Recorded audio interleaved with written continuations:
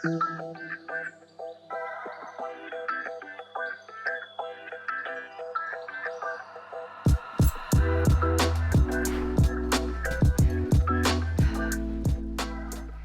the best thing that ever happened in my career was getting all of my camera equipment stolen. But today I want to talk to you all about how the Canon 85mm f1.8 helped start my career. Let's get into it.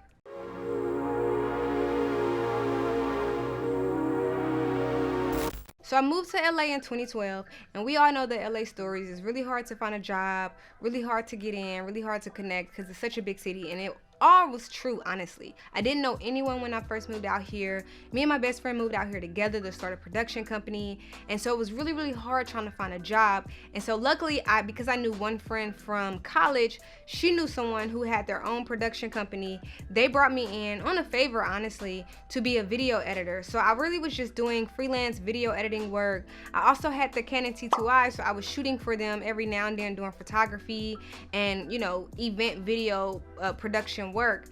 But 3 years into us living out here, my best friend got married, and the guy who I was working for was actually her videographer for the day. He asked me to borrow my equipment so that he can have another camera angle, and because I was in a wedding and it was my best friend's wedding, I wanted her to get all the footage and her video to look beautiful. So I'm like, yeah, of course, I trust you, definitely. So fast forward, basically he ended up accidentally leaving my bag at the location after the wedding, and so no one knew where it was at after that. We don't know if it got stolen. Well, it had to have gotten stolen because it was nowhere near there. And so after crying and going through the whole thing of no longer having any equipment, the only thing that was helping me even make the little money that I was making, I no longer had. And so pretty much I just didn't know how I was gonna like make it in LA. I didn't even have money to buy new gear. So because it was in his possession at the time that it got lost, he ended up buying me a Canon 7D, because at the time the T2Is had got discontinued. So he ended up getting me a Canon 7D, but because the 7D was more expensive, he couldn't get me all the lenses and flashes that I had previously in my first kit. So I had to go and buy the lens and everything else on my own. So what did I do? I turned to Craigslist. I had already heard stories about Craigslist, but for some odd reason in LA, it is a little different. Everybody actually uses Craigslist for the right things. I haven't really had too much of an issue with Craigslist here. And so I decided to go and try to find some really affordable used equipment. At the time I had heard about the 85. I originally had a 50, but I was doing more portrait work. And so I heard about the 85 and was like, you know what, I want to buy this lens to make sure that I add to my kit. And I started going on there. I saw a listing from a photographer who was selling his 85 1.8, which is this lens that I still have to this day. And he posted his website. So I went to his website. He was a celebrity photographer. He did Beyonce, Kevin Hart, Taraji. And I'm like, first of all, I want to buy from him because I know he's taking really good care of his equipment. But two, I want to find a way to work with this guy. Like, he's dope. And so I hit him up. We meet at a coffee bean. We talk it out. I buy the lens from him and I say, yo, if you ever need BTS or anything, I would just love to be a part. Again, I didn't really have a good portfolio, just moved to LA. So at that point, I really just wanted to network and connect and work. And so he said, for sure, I always need work. Like, I would love to get BTS. I'm always shooting. Like, that would be dope. And so for me, I was super happy thinking we're about to just get started, and I don't hear from him at all.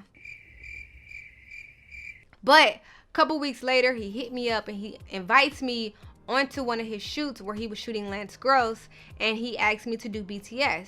So I go and I shoot the BTS, and he falls in love with the video that I did for him. I shot and I edited, and he wants to bring me back on a regular basis to shoot his content. And I'm always down because, again, I don't have a portfolio. So I'm like, the least this could be my portfolio to not only help me build, but also help me continue to practice. So I have the 7D, I have the 85, and every now and then he's allowing me to use some of his lenses as well. So with him, he also was already in the industry and already had connections. So he had connections with BET and Essence and TV1 and all of these people.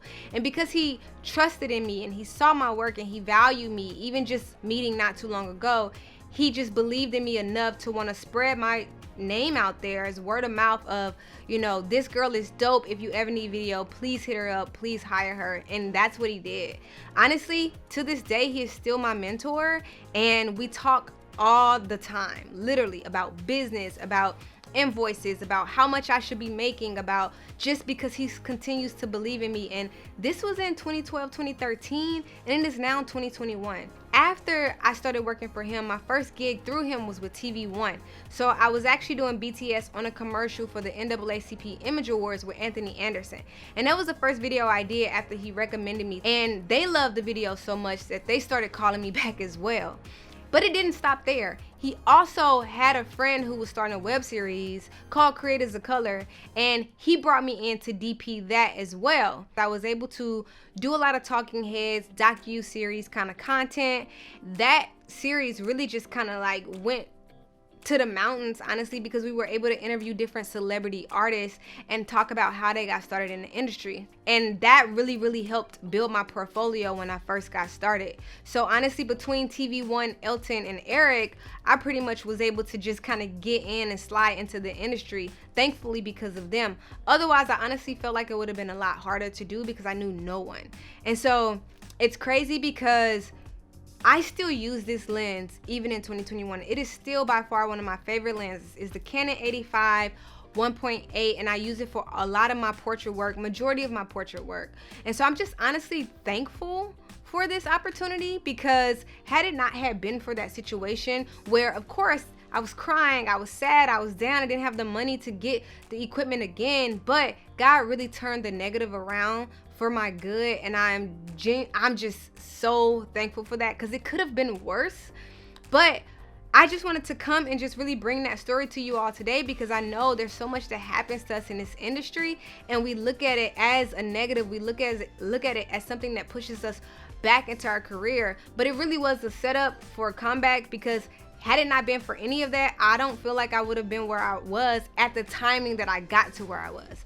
But because I was able to meet him through that incident, he was able to kind of take me further than I would have ever imagined at that time. Like, I was a newbie, I didn't really have a portfolio. Like, he really believed and trusted in me, and I'm just so thankful for that and grateful for that. And now I'm able to work with some of my favorite people, Issa Rae and Yara Shahidi, and just so many others that I've able to just be in front of, right? And this isn't even a brag thing, but it's really just like, I'm just grateful and honored for that opportunity. And so I always give him a shout out.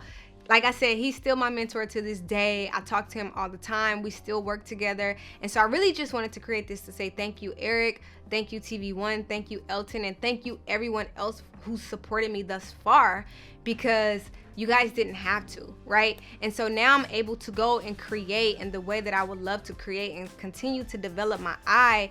And it all is just for them. And even my best friend, who was the one who even had me move to LA. I didn't know anything about LA, and after graduation she was like, let's move to LA to start a production company. And if it had not been for God putting that in her, then I wouldn't have even been here. So honestly, I say all that to say, look at your negatives, turn them to positives, and be grateful for whatever happens, because it could be worse. I'm truly thankful. Thank you all for watching this video. If you all have any questions, let me know. That is just a small fraction of my story, but hopefully it was insightful and hopefully it helped you all. And if you like this video, make sure you like, share, and subscribe. And thank you all so much for watching. Now I'm gonna go and cry because I'm just remembering this story, and I'm just so thankful for this lens. Bye.